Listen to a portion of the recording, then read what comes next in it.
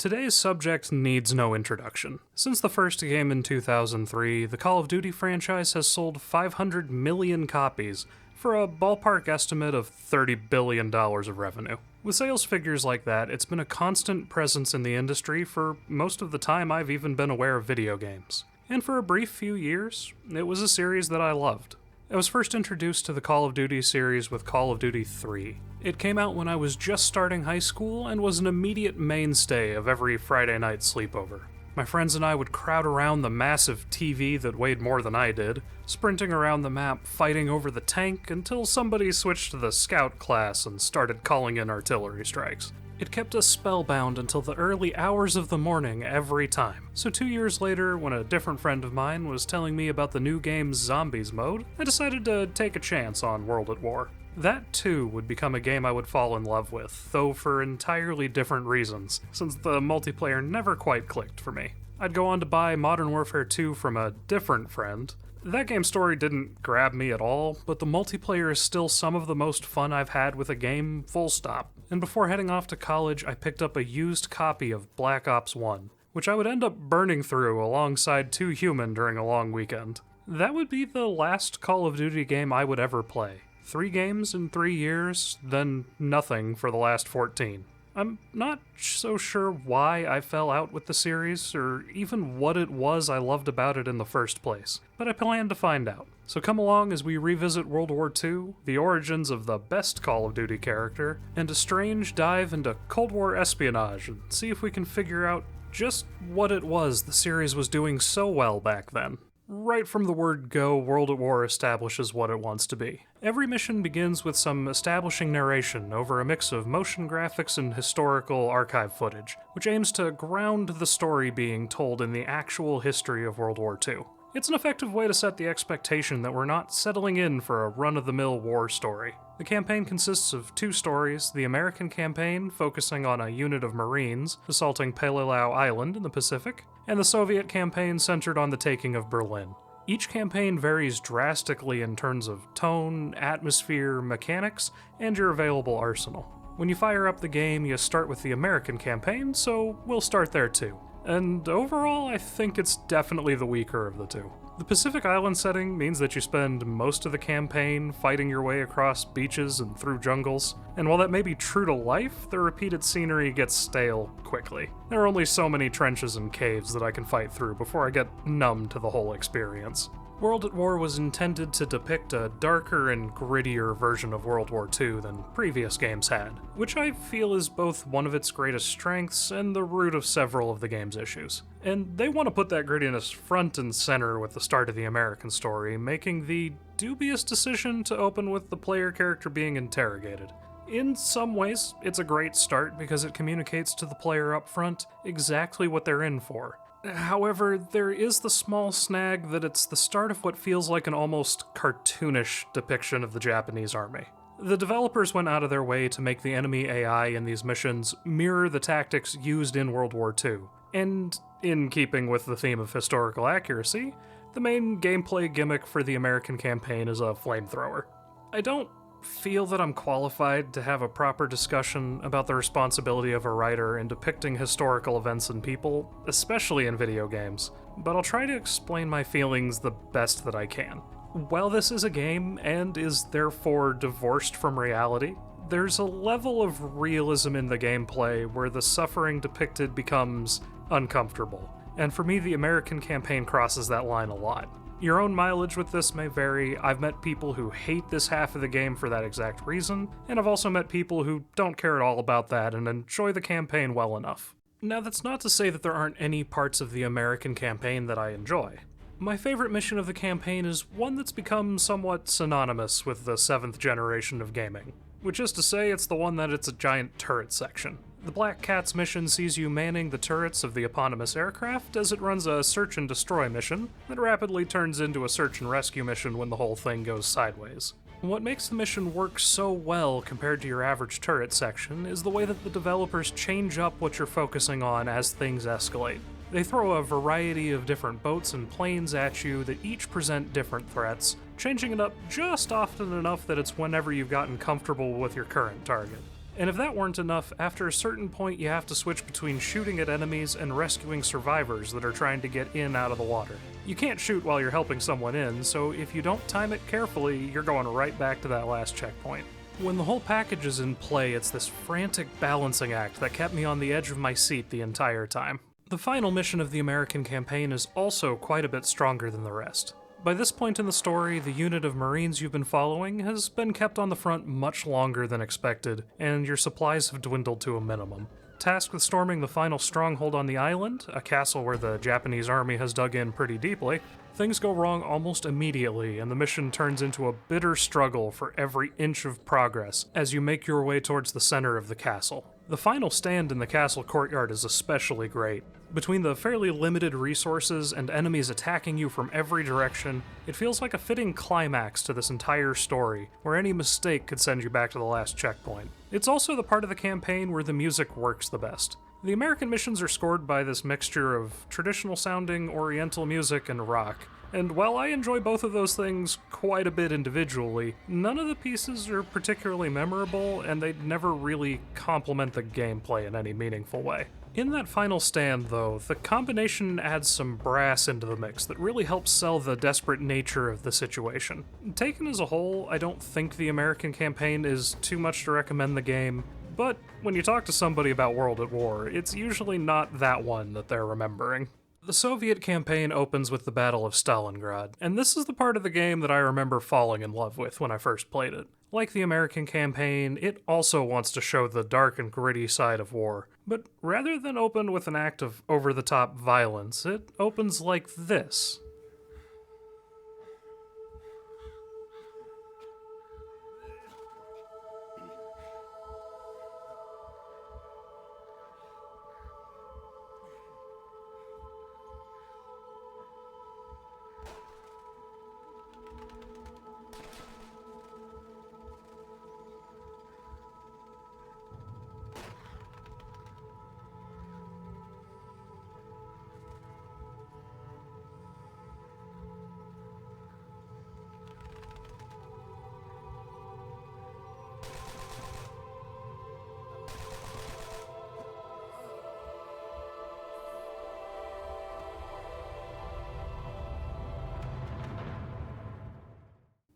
That change in tone and the change in setting to the bombed-out ruins of Stalingrad creates this bleak, almost apocalyptic atmosphere that the campaign keeps up for most of its runtime.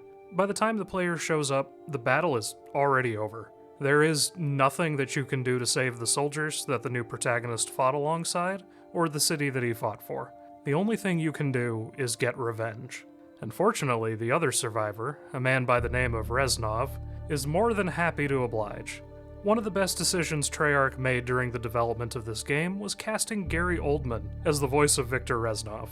Hollywood actors can be incredibly hit or miss when it comes to voice acting, since both require very different skill sets, and I don't think anyone really would have noticed if Oldman had just given a passable performance for the paycheck and gone home. But he didn't do that. Instead, Gary Oldman brought his A-game to the project and gave what I genuinely feel is one of his career best performances. He perfectly portrays the battle-hardened soldier, bitter and spiteful from months of watching the Nazis ravage his homeland. Reznov was a big hit with critics and with players both, enough so that Treyarch decided to bring the character back in their next game, and I believe Gary Oldman's performance is largely responsible for that.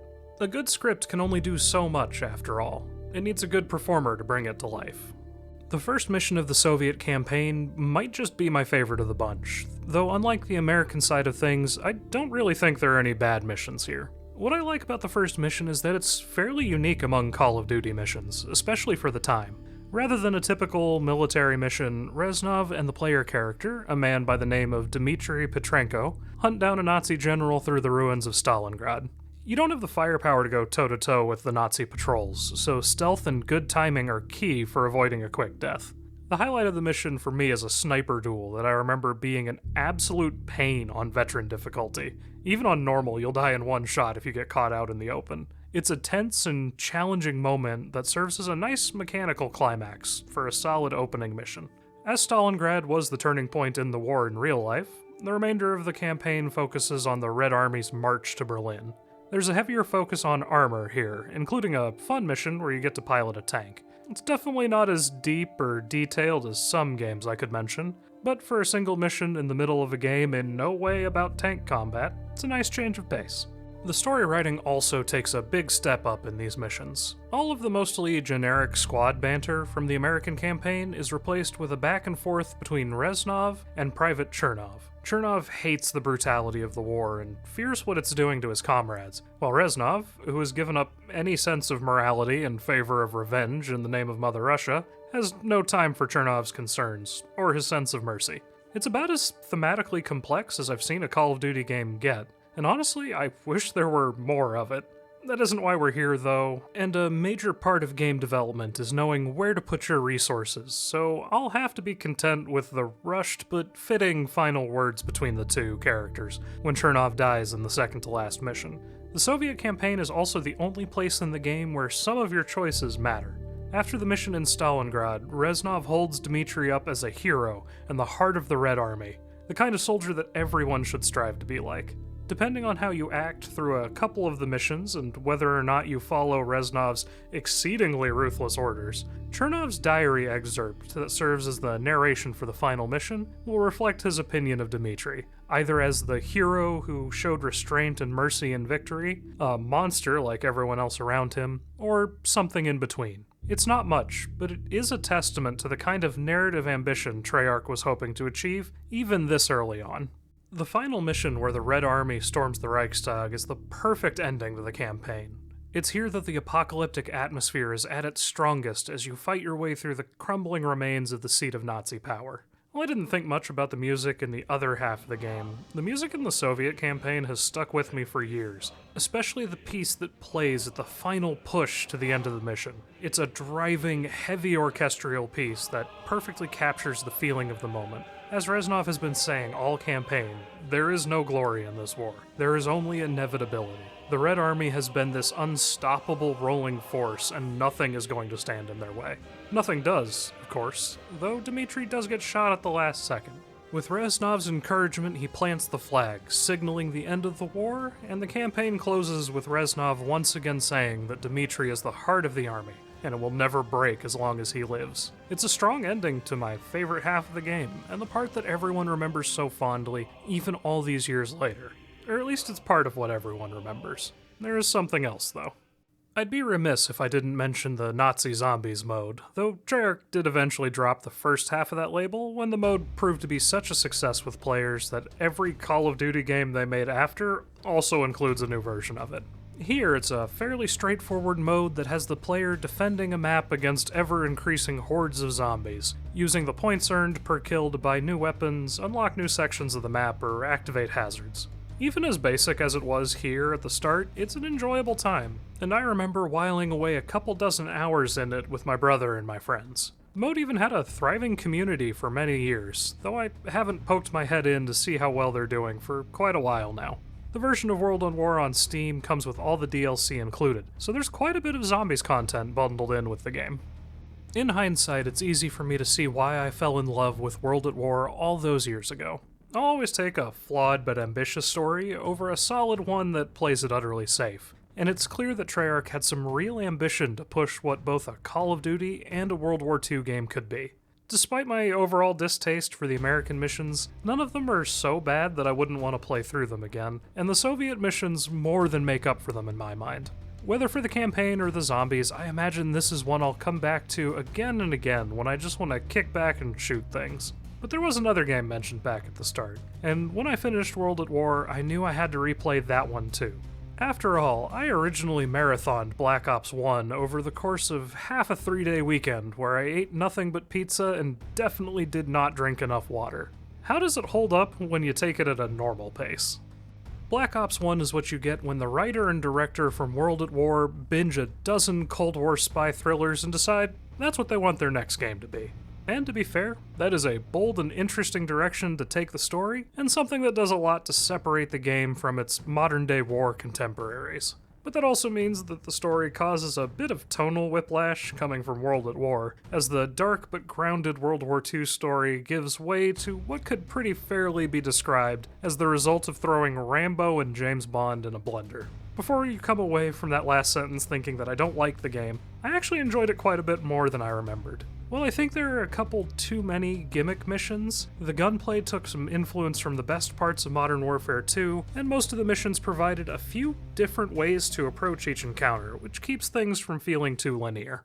Of course, the most standout part of the game is the story, and this is the game where Treyarch's narrative ambition really hits its stride.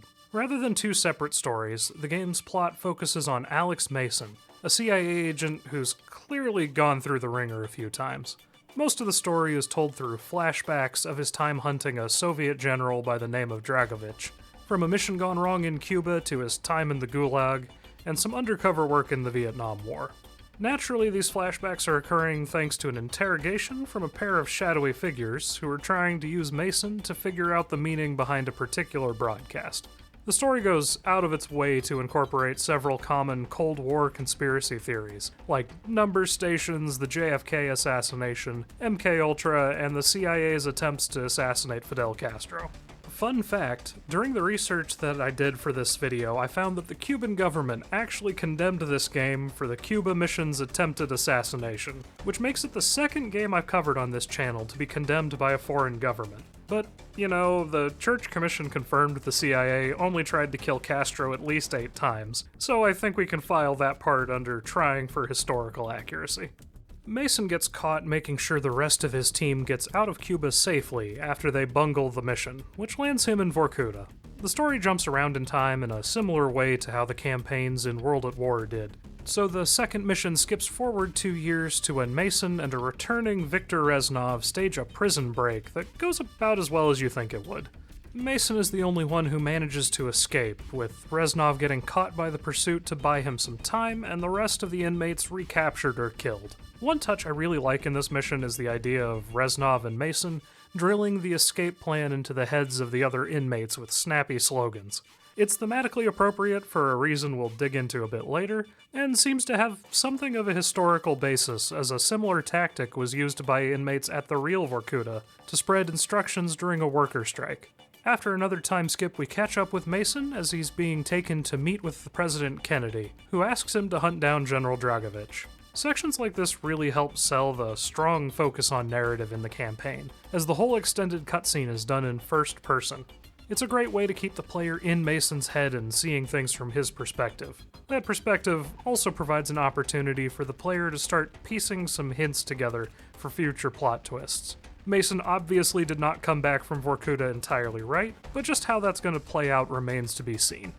The following mission sees Mason reunited with the members of the Cuba team as they track Dragovich down to a Soviet launch facility. This is one of the missions that really explores the potential of the Cold War setting in a way that a different time period really couldn't. The space race was such a critical part of that era, and getting to fight my way through a rocket launch facility was not something that I knew I wanted until I had it. That also applies to the crossbow, which can switch between regular bolts and explosive bolts. A little silly? Sure, but who am I to complain? Something a bit strange is that the end of the mission plays out entirely in flashback, though I suspect that was another mission cut for time. From what I can find, the turnaround time from the start of development to release was 11 months. With a deadline that tight, you have to make cuts somewhere. It's a bit strange to choose a mission where the team would have tried to kill Dragovich before making the classic blunder of not checking to see if he's actually dead, but there are very few places in this plot you could cut without making things hard to follow.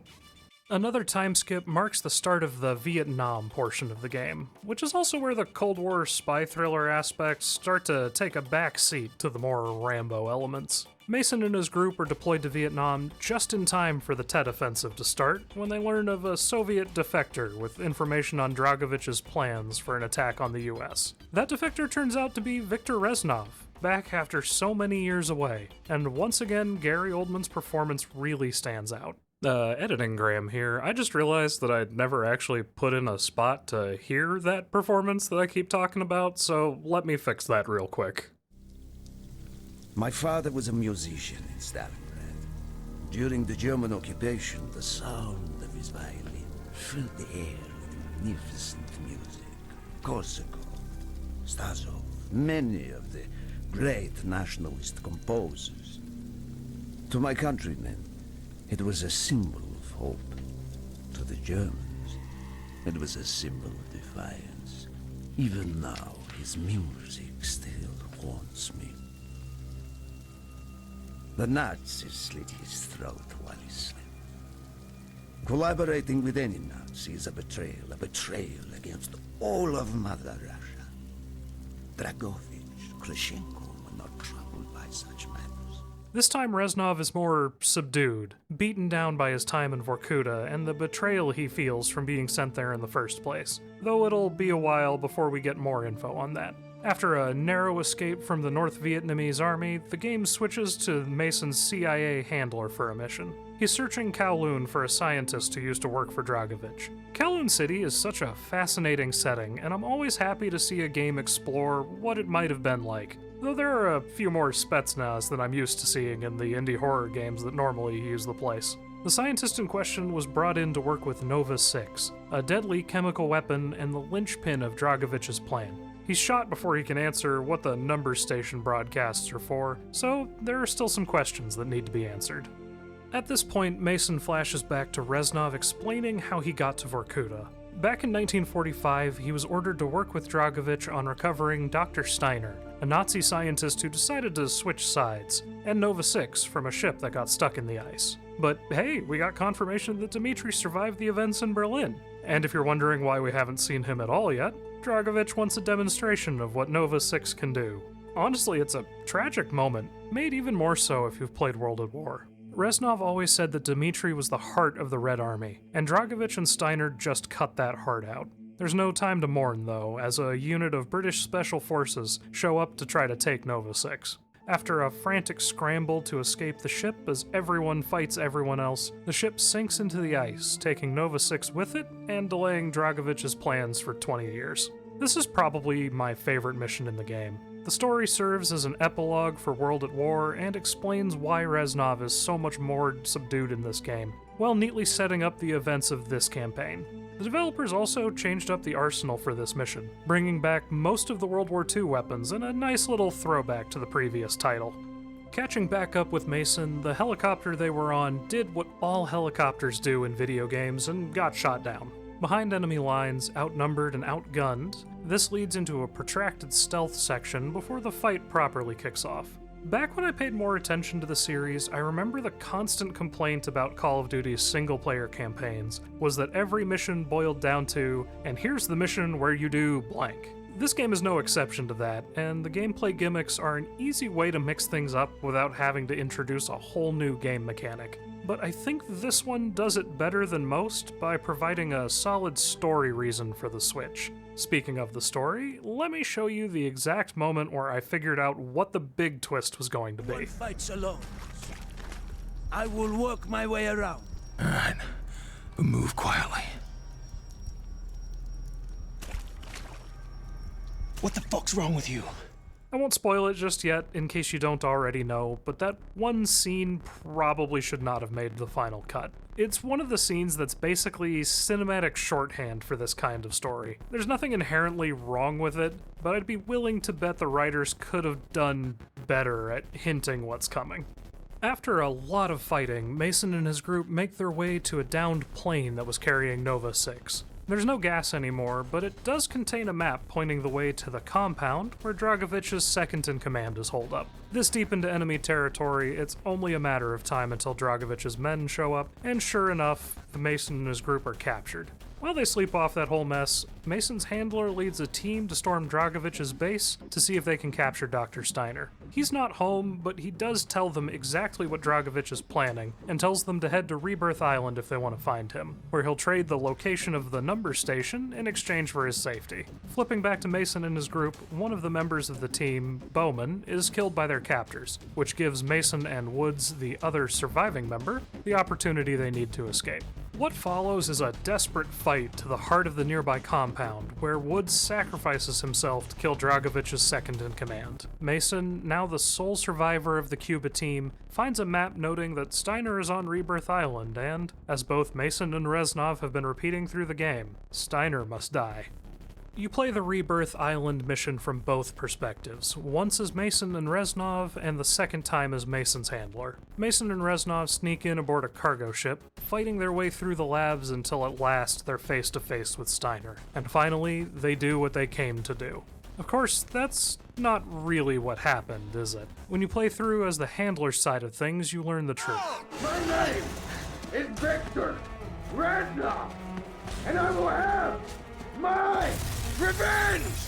There is no Reznov. He died back in Vorkuta, ensuring Mason escaped. Mason underwent traumatic brainwashing in the Gulag to turn him into an assassin who would kill the president. But Reznov overwrote the programming and instead instructed him to kill the men who had killed Dmitri and the others so many years before. It's honestly exactly the kind of twist I'd hope for in a story like this, even if the events leading up to it telegraph things too much. With Steiner dead, Mason is the only hope of finding the numbers station, which after a certain amount of prodding he identifies as the ship that was docked in Cuba back at the beginning of the game. With only hours left until the nukes fly and Dragovich's plan is put in motion, the group heads out to the Gulf of Mexico for the final showdown. The final mission is a fitting climax for everything that built up to this moment. It sees you storming the ship against heavy resistance before diving down to the ocean floor to take the fight to Dragovich's underwater base. A moment that hits that sweet spot between serious and campy that all great Cold War thrillers should strive for. Dragovich himself doesn't put up much of a fight, and with the number station knocked out and the end of the world averted, the team resurfaces to a scene that has to be a last-minute studio note. It's just so bizarrely off-tone compared to the rest of the story. There's also a last-minute implication that Mason was secretly the second shooter at the JFK assassination, but that's just thrown in for a double twist that doesn't really bear thinking about. The Zombies mode makes its triumphant return, with a map set in the bunker from the cutscene where you originally meet JFK. It opens with a scene featuring the President, Richard Nixon, Robert McNamara, and Fidel Castro that is just very entertaining. And yeah, I'm still pretty bad at the mode. Unfortunately, unlike World at War, the DLC for this game is still on sale, so if you want the full Zombies experience, it'll cost you about $100 for a game that came out in 2010. So now that I've had a chance to revisit the Call of Duty games that really captured my attention for a couple years, why didn't I stick with the series past that point? Part of the answer is just a matter of timing. I never played the Modern Warfare series other than a lot of 2's multiplayer, so I didn't pick up Modern Warfare 3 when it came out. And while I was interested in Black Ops 2, it launched while I was a poor college student that couldn't justify picking up a new game. Part of the answer is a change in my friend group. My high school friends loved the Call of Duty series, but I lost touch with most of them when I moved across the country. My college friends, however, were more into games like Dungeons & Dragons, League of Legends, and Hearthstone. Say what you will about those last two, I know I sure have over the years, but $60 a year for a new game is a terrible deal compared to free. And the final part is that the series got kind of silly after Black Ops 2. Setting aside all the memes about pressing F, Kit Harington in space, and new dog models, Ghosts is about a collection of South American nations commandeering an American orbital bombardment platform. My ability to suspend my disbelief only goes so far. And you know what? There's nothing wrong with that. No game should be made for everyone, and I know those games have their fans. Activision has always been better served by making the best versions of the games for the people who like it, than trying to compromise things in the hope of bringing in someone like me. I was lucky to be there for the brief time that our interests intersected, and while it isn't what the series has been for a long time, both these games are going to continue to stick with me for years to come. But that's all the time we have for today. Let me know down in the comments if you enjoyed either of these games, or if there was a different one you preferred. And be sure to tune in next time when I talk about a game that might not exist in the future. Anyway, thank you so much for watching. I hope you had as much fun with this one as I did making it, and I'll catch you in the next one.